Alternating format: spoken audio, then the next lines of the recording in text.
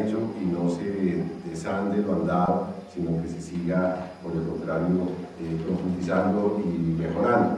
El tema se centra únicamente en biosimilares y pues, todas las inquietudes. El decreto en la parte fundamental está demandado, corregido, en contra de la ruta abreviada de comparabilidad, que es la que le da la viabilidad a los biosimilares para ser asequible y garantizar el acceso a esos medicamentos. Bueno, yo no me extiendo más, simplemente les doy la bienvenida. Inicialmente va a hablar la doctora Rubiela Pacanchique, va a hacer una presentación general de la cuestión de biotecnología, de qué son los medicamentos biosimilares, y en una forma muy breve va a plantear una serie de preguntas como antesala para que ya si las expertas y las autoridades en la materia profundicen sobre el asunto. Entonces, adelante, doctora Rubiela.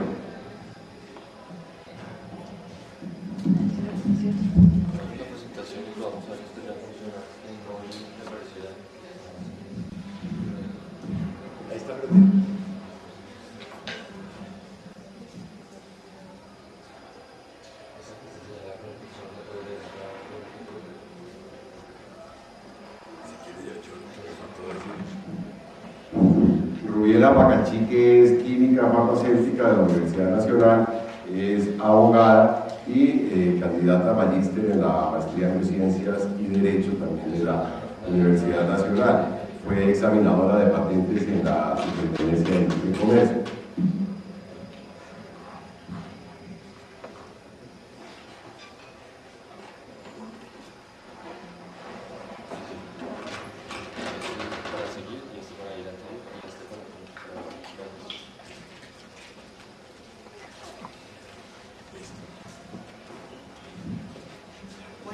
Muchas gracias por su asistencia. A nuestros invitados, a la doctora Carolina, al profesor Edgar Villanzar, al profesor Díaz y a la profesora Claudia Vaca por acompañarnos. Bueno, en este momento voy a hablar básicamente de unas generalidades de los medicamentos biotecnológicos para llegar al asunto de los medicamentos biosimilares y tener en cuenta algunas características que van a ser importantes al momento de evaluar la reglamentación, la regulación de estos medicamentos y que podrían influir en el acceso.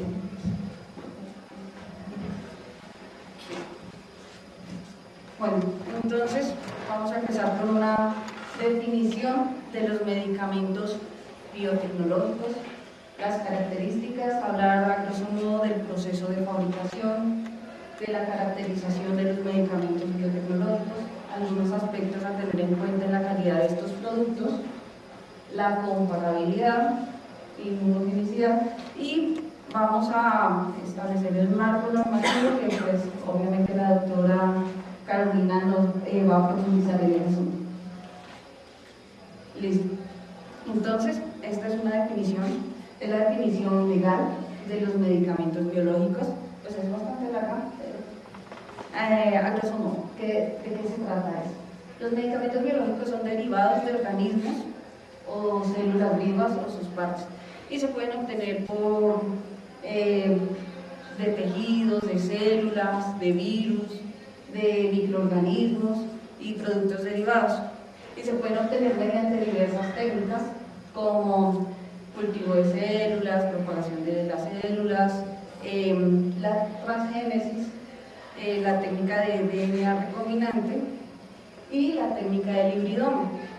¿Qué es esta norma? Que cuando se emplean algunas de estas tres últimas técnicas, transgénesis, DNA recombinante o hibridoma, estamos hablando de medicamentos biotecnológicos.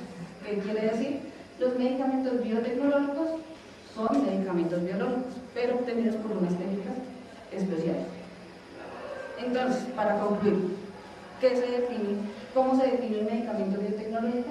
Es un producto cuyo ingrediente activo se ha obtenido mediante el empleo de microorganismos o células vivas mediante un híbrido o DNA recombinante. ¿Listo? Entonces, pues, para general, ¿cómo se obtiene el DNA recombinante? Entonces, aquí en este ejemplo tenemos un ácido bacteriano porción de DNA que se replica independiente del cromosoma del material genético propio del organismo en el que se encuentra. Y con unas enzimas de restricción, que son unas proteínas, podemos cortar el DNA en una porción. Y esa misma enzima de restricción va a cortar un cromosoma humano, es decir, una porción de DNA que contiene información genética relevante del DNA, y lo va a cortar en diferentes fragmentos. Como se corta por la misma enzima, esas porciones, tanto del plasmida como del DNA humano, se pueden unir y se unen de forma covalente, es decir, quedan bien pegados, mediante una ligasa de ADN. Y obtenemos un fragmento que contiene la región de DNA humano. Así que es la técnica de DNA humano. Pero también los elementos tecnológicos pueden obtener por hibridoma.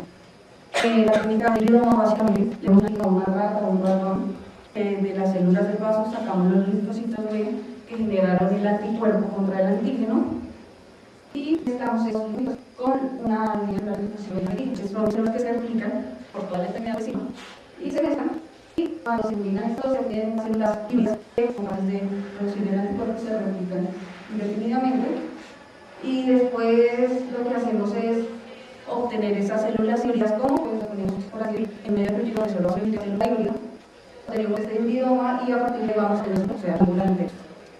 Bueno, entonces dentro de esas moléculas que vamos a obtener por estas técnicas se encuentran los anticuerpos monoclonales que tienen de un solo tipo de células en el tenemos un anticuerpo monoclonal, urino porque es de ratón o de rata, y el 100% de la hemoglobina.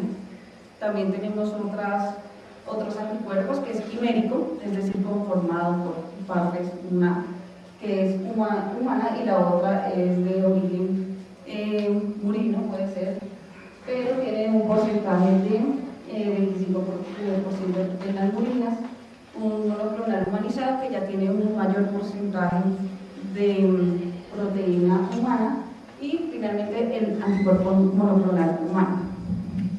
¿Esto por qué es importante? Porque esa porción que no es humana es la que probablemente va a tener unos efectos adversos o va a generar dificultades para la administración posterior a un paciente. Y son unos problemas pues, que deberán ser solucionados antes de que un producto llegue al mercado. Bueno, a manera general, un pequeño recuento de los avances en el campo biotecnológico. En el 53 se descubrió la estructura del DNA. Más adelante, en el 73, se descubrieron las enzimas de restricción del DNA, que como habíamos visto son esas enzimas que cortan el DNA y son las que van a permitir el desarrollo de las técnicas para obtener DNA recombinante. En el 77 se crea Genentech, la primera empresa de biotecnología. En 1982 se obtiene el primer medicamento biotecnológico, que es la insulina recombinante humana. En el 86 se desarrolla la vacuna contra la hepatitis B, que es una vacuna recombinante. Se obtiene el primer medicamento contra el cáncer recombinante, que es el interferón, y en el 2000 se decodifica el DNA humano. Bueno, pues ya más o menos entendiendo, espero, de qué se trata esto de los medicamentos biotecnológicos, hay algunas cuestiones que se deben tener en cuenta para que los biotecnológicos sean una realidad. Entonces, no solo que queden en la teoría y que tenemos una técnica en el papel y ya con eso hicimos los medicamentos, no. Estos medicamentos biotecnológicos tienen una estructura macromolecular, no son como los medicamentos de síntesis química, y tienen un componente adicional, se obtienen de una fuente biológica. Entonces, pues para que estos medicamentos sean posibles se deben tener en cuenta la caracterización, la determinación de calidad, un sinnúmero de pruebas físico-químicas, biológicas. Se deben tener una serie de procesos estandarizados, controles en procesos, controles, determinación de estabilidad, de manera que llegue un producto seguro al usuario final. Y bueno, ¿qué tan complejas son? Entonces, bueno, esta es una proteína. Y las proteínas están conformadas por aminoácidos, estos bloquecitos. Pero no creería que la estructura de las proteínas es muy sencilla y únicamente se pega aminoácido con aminoácido y les quedó la proteína, ¿no? Entonces tienen una estructura primaria que son como unos péptidos pequeñitos, pero cuando son más grandes se empiezan a acomodar tridimensionalmente, de manera que ya, por ejemplo, las estructuras secundarias se pueden formar hélices como esta, pero ya cuando son muy grandes se empiezan a aglomerar aún más y se agrupan por dominios y empiezan a formar estructuras complejas que tienen una razón de ser en el organismo, porque esa acomodación tridimensional única es la que va a permitir su fusión dentro del organismo. Y finalmente, cuando ya hay muchos, un conjunto de péptidos, o sea, de varias cadenas, se pueden organizar en estructuras cuaternarias que son aún más complejas. ¿Qué sucede? Los medicamentos biotecnológicos por lo general son moléculas proteicas que tienen una acomodación tridimensional de estas características. Bueno, y en el proceso de fabricación, bueno, ¿cómo es que influye el proceso de fabricación para poder llegar a uno de estos medicamentos? Un proceso de fabricación puede decirse que es único, ¿sí? Único, trátese del medicamento de referencia, el medicamento biosimilar, cada proceso es único, a no ser que, bueno, que se traslade toda la planta de producción y todo el personal de un laboratorio y lo replique en el laboratorio de la competencia, que no creo que ocurra, y quiere decir que no puede ser duplicado exactamente por el mismo fabricante. En cuanto a la seguridad y eficacia, debe ser suficientemente estudiada inicialmente por el fabricante del producto de referencia, de manera pues, que pueda ser comercializado, y debe estar soportada mediante estudios preclínicos o clínicos y estudios clínicos. La seguridad y eficacia dependen en gran medida del proceso de producción. Más adelante vamos a ver cómo es por encima del proceso de producción y en dónde se pueden presentar pues, algunos riesgos para que el medicamento biotecnológico pues, no sea tan seguro o eficaz. Y tanto así es la incidencia del proceso de producción que algunas modificaciones pues, deben ser informadas a las entidades regulatorias y soportadas con una justificación clínica, de manera que se soporte que no sea modificada su seguridad y eficacia. Entonces, pues, ¿por qué esto? Porque como decíamos anteriormente, pues a diferencia de los medicamentos de síntesis química, los medicamentos biotecnológicos son muchísimo más complejos. Hablamos con los medicamentos de síntesis química que tenemos menos de 100 átomos por lo general, mientras que los productos biotecnológicos tienen pues un montón de átomos, entre 5.000 y 20.000 átomos, y no solo es la cantidad de átomos, sino la manera en que se acomodan tridimensionalmente.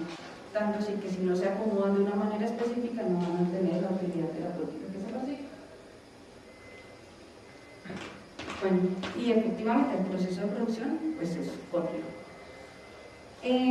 Como veíamos anteriormente en la técnica del DNA recombinante, teníamos un pedacito de la porción del DNA, que esa porción de DNA después se va a traducir en una proteína. Y ese lo incorporamos en una porción de DNA. Y esa porción de DNA, posteriormente, la vamos a ubicar en un vector, que es quien básicamente nos va a dar una línea celular, es la línea celular que después se va a fermentar y va a dar nuestro producto. Y en un bioreactor se va a fermentar para que produzca lo que queremos, una proteína. Del conjunto de la fermentación pues sacamos un extracto y ese extracto pues tenemos que purificarlo, pues no se le puede poner al paciente el extracto tal como salió, pues porque no, es posible que muera, altamente probable. Y finalmente tenemos nuestro producto. Entonces, como dijimos, bueno, la producción está el upstream, de ahí vamos a pasar a la purificación. El paso de la producción a la purificación es de lo más costoso que existe en el proceso, porque tenemos que aplicar una gran cantidad de técnicas que nos van a permitir aislar el principio activo, lo que va a hacer efecto en el paciente. Y aquí no, o sea, definitivamente no pueden pasar bueno, residuos celulares, otras proteínas, porque pues definitivamente va a ser muy malo para el paciente. Y después de purificar, aquí en la purificación no tenemos unas células, un banco de células maestro, de ahí un banco de células de trabajo, después pasamos a formulación, el empaque, el almacenamiento y transporte. Aquí es muy importante, por ejemplo, en la producción, tener en cuenta diferentes variables, ya lo vamos a ver. Bueno, veámoslas acá. La producción, ¿qué sucede? En la producción de biosimilares, si nosotros pretendemos comparar la producción de biosimilares con la producción del medicamento de referencia, pues vamos a encontrar pues, que definitivamente hay diferencias. Por ejemplo, aquí pues posiblemente empleamos un vector diferente, podemos también encontrar, bueno, no sabemos si es la misma secuencia genética, un vector diferente, un sistema de expresión recombinante diferente. Por ejemplo, en un medicamento biotecnológico de referencia se había hecho, el de referencia se hizo teniendo como sistema de expresión un hámster chino, mientras que el biosimilar se hizo en una E. coli, que es un organismo totalmente diferente. La larga escala de fermentación, entonces el proceso de fermentación puede ser diferente, usamos, no sé, un tanque para la mezcla con un volumen diferente, una velocidad de agitación diferente, la forma de las hélices que va a hacer la mezcla diferente, y el protocolo de purificación puede ser diferente, aquí teniendo en cuenta que el tiempo de purificación es muy importante pues, para obtener el medicamento pues, más seguro para el usuario, con diferentes controles de procesos y quizás una formulación diferente. Y luego tenemos un producto diferente.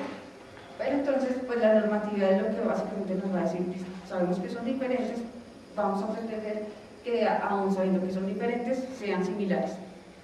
¿Listo? Entonces, pues, bueno, ya me queda poco tiempo. Ok, muy poco tiempo. Entonces vamos a pasar un poco rápido. Es necesario hacer validaciones en el proceso de manera que garanticen la consistencia y la pureza del producto que estamos obteniendo, y una trazabilidad completa del proceso. Lo importante, bueno, es que el proceso sea reproducible. Lo importante no es que obtengamos un día un producto, el otro día otro diferente, y aún así lo sigamos comercializando como si fuera el mismo producto, sabiendo los riesgos que lleva. La caracterización pues debe ser estructural y funcional, pero o sea, la idea es que no solo se caracterice por cumplir una norma, sino que sea realmente una política de las empresas que producen medicamentos biotecnológicos o biosimilares, que tengan en cuenta las buenas prácticas de manufactura, que sus procesos estén validados, que tengan controles de procesos, protocolos para la estabilidad, y establecer una serie de estudios adicionales de manera que garanticen en últimas la seguridad del medicamento. ¿Cómo se caracteriza? Por la potencia, y la potencia se expresa en unidades internacionales, pero teniendo en cuenta pues, que entre unidades internacionales hay una diferencia muy grande. Básicamente se caracteriza por su cantidad expresada en masa. Algunas cuestiones como para tener en cuenta en el tema de calidad, pues este es un tema de mejoramiento continuo, no es un proceso que se acaba. La relación entre El proceso y su impacto en la estructura de la proteína es muy importante. Entonces, pues se debe estandarizar todo el proceso, no omitir detalles, etapas. El personal debe estar suficientemente calificado, con estándares de calidad detallados, programas de auditorías internas, externas, sistemas de documentación bien llevados, tener en cuenta que los productos biotecnológicos son sensibles a degradación, luego exigir en el proceso unas condiciones de almacenamiento absolutamente especiales dependiendo del producto que se pretenda lograr, cuartos fríos, que no se rompa la cadena de frío, incluso el almacenamiento ya una vez teniendo el producto terminado es bastante importante. Y bueno, para resumir, diferencias entre un biotecnológico, un biológico y un biosimilar. Bueno, el medicamento biotecnológico, habíamos dicho, es un medicamento biológico que se obtiene a partir de técnicas como hibridoma y DNA recombinante. El biológico es, pues, por así decirlo, la especie y es obtenida a partir de cualquier fuente biológica. Y el biosimilar es un producto también obtenido por ingeniería genética a partir de una fuente biológica producido por un fabricante diferente al fabricante del producto de referencia, pero que ha demostrado mediante un ejercicio de comparabilidad que tiene suficiente soporte de calidad, estudios preclínicos y clínicos, de manera que es comparable con el innovador, pero teniendo, o sea, es comparable, biosimilar, más no idéntico. Bueno, ¿qué se hace? Para saber si es biosimilar o no, pues se compara el medicamento con el producto de referencia. ¿Y qué sucede? Cuando un producto se compara y no es similar al otro, no es comparable, pues es una alternativa terapéutica que no cuenta con los respectivos soportes de seguridad y eficacia. Entonces, como para poder hablar de comparabilidad, pues primero tenemos un producto de referencia, tenemos un biosimilar, entonces los dos deben contar con unos mínimos de calidad, una información completa de calidad, y después de eso, de saber que contamos con los mínimos de calidad, pues el producto de referencia tiene ensayos preclínicos y ensayos clínicos completos.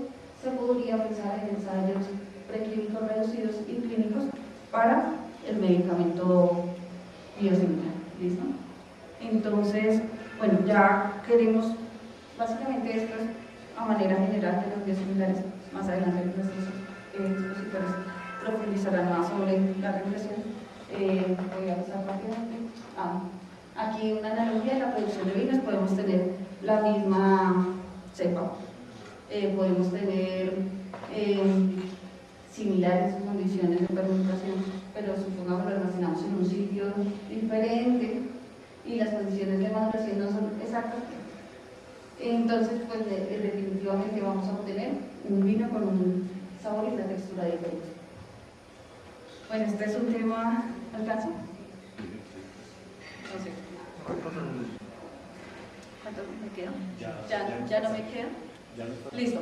Un tema importante, no sé si lo van a abordar, acerca de la inmunogenicidad. Resulta que estos medicamentos, por ser de origen biológico, pueden generar una respuesta inmune en el paciente. Luego es importante, pues, que en el proceso de producción lleguemos a medicamentos que de la menor manera produzcan estas consecuencias. Hacemos esto.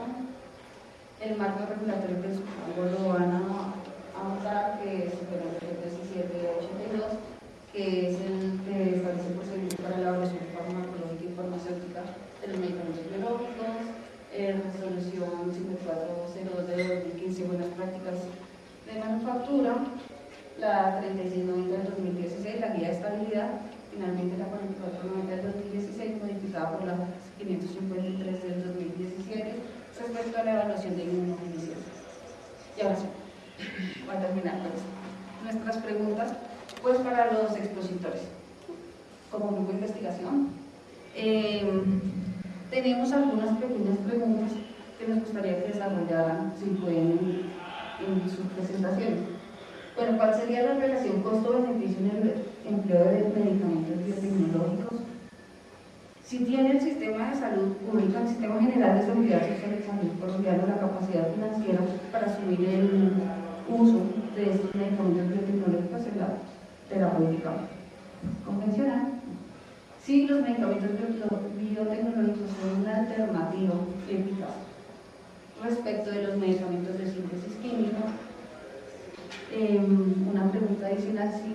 ¿Cuál es la información que recibe el paciente respecto de medicamentos biológicos que tal vez no tienen una actividad terapéutica superior a las terapéuticas existentes, si es que existe dicho medicamento? Y en relación con las expectativas reales, por ejemplo, no sé, le aumenta el tiempo de vida un mes, por ejemplo, muy hipotético, y su relación con el costo, con lo que le cuesta al sistema de salud, si se le pide un consentimiento, informado, sabiendo que el costo en el que va a incurrir es altísimo, a pesar de que no va a obtener un beneficio real en su condición de salud. Y finalmente, estaba revisando personalmente una convocatoria que aparece en Colombia contra el presidente o algo así, sobre medicamentos biosimilares magistrales, y pues sería importante saber cómo se piensa garantizar la seguridad y eficacia en los medicamentos biosimilares magistrales. Muchas gracias.